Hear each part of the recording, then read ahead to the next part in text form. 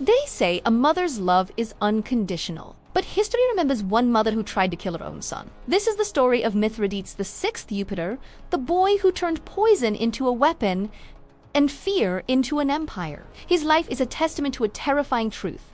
Sometimes the greatest monsters are the ones who create us. Our story begins in 120 BC, in the ancient kingdom of Pontus, a wealthy and powerful land on the shores of the Black Sea. In a torchlit hall filled with nobles and courtiers, a royal child was born into a world of whispered plots and gleaming daggers. This was Mithridates. He was not just a prince, he was an obstacle. In the treacherous Game of Thrones, an heir is a threat before he is even a king. His father, King Mithridates V, learned this lesson the hard way. At a lavish banquet, surrounded by those who pledged their loyalty, he was poisoned. A single cup of wine, a sudden gasp, and a crown was left vacant. It was a common and brutally efficient way kings were removed from power. The aftermath of his death was not one of mourning, but of a quiet, vicious scramble for control. The throne did not pass peacefully to the young Mithridates, the rightful heir. Instead, power fell into the hands of his mother, Queen Laodice. She became regent, the guardian of the kingdom, and her sons. But her maternal instincts were twisted by ambition. She did not want Mithridates to rule. She favored his younger brother, a boy who was weaker, more pliable, and easier to control. A puppet king for a puppet master queen. In the cold, gilded halls of the palace, young Mithridates learned a lesson that would shape his entire life. He saw the way his mother looked at him, not with love, but with calculation. He overheard the whispers of the courtiers, the shifting allegiances, the plots hatched in shadowed corners. In ancient royal courts, unwanted heirs rarely lived to see adulthood. Assassination was just another tool of Mithridates understood something truly terrifying at a very young age. His own mother, the woman who gave him life, wanted him dead. Every meal could be his last. Every friendly gesture could be a trap. The palace was not a home. It was a cage, and the hunter was his own family.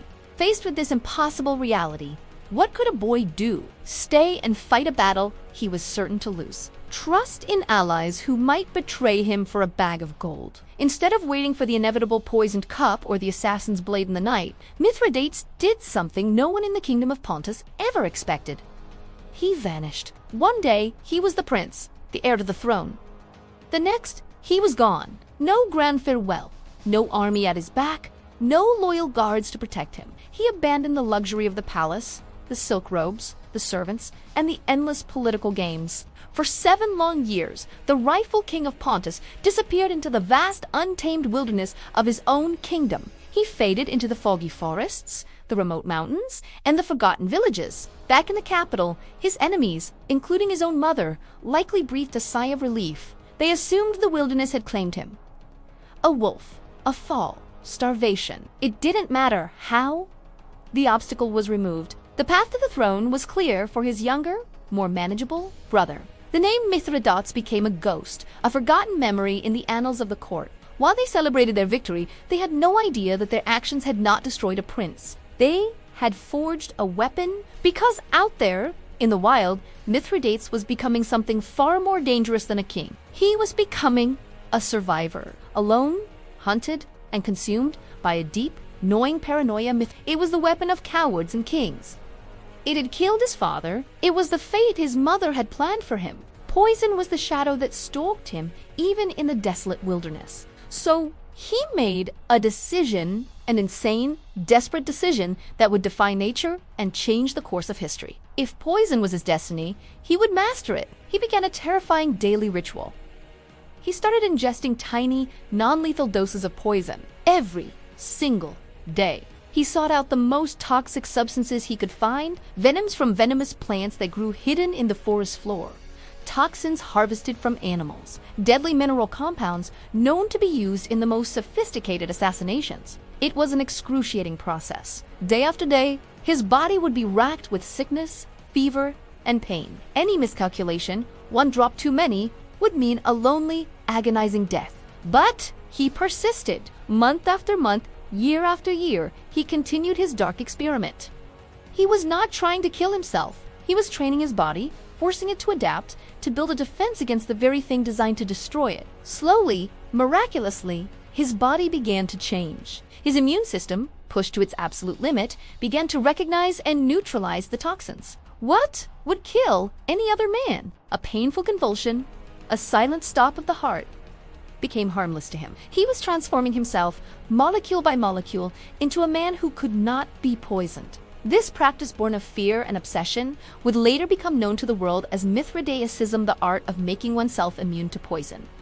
He wasn't just surviving, he was building his armor from the inside out. After 7 years had passed, Mithridates returned from the wilderness. He did not return as the frightened boy who had fled for his life. He walked out of the forests a hardened survivor, his eyes holding the wisdom and coldness of a man who had stared death in the face every single day and won. He was physically powerful, mentally unbreakable, and possessed a secret that made him almost invincible. His return sent shockwaves through the kingdom of Pontus.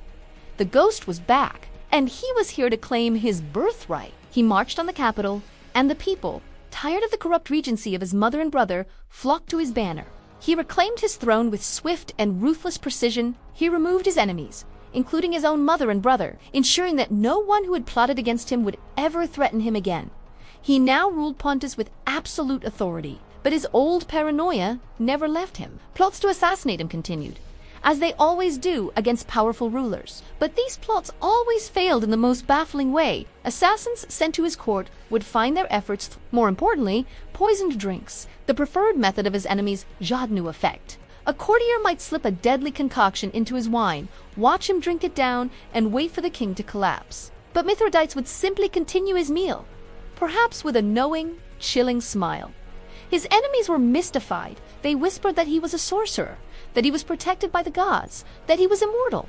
Fear of him spread beyond the borders of Pontus. He built a vast empire, challenging the might of the world's greatest superpower, Rome. For decades, Rome itself would come to fear the name Mithridates, the poison king who could not be killed.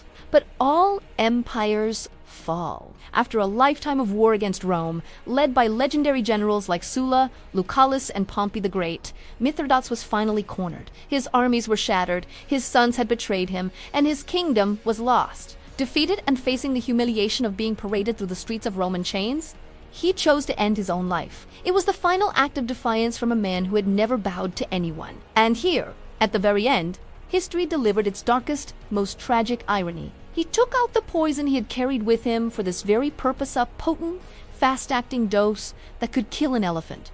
He drank it, and he waited. And waited.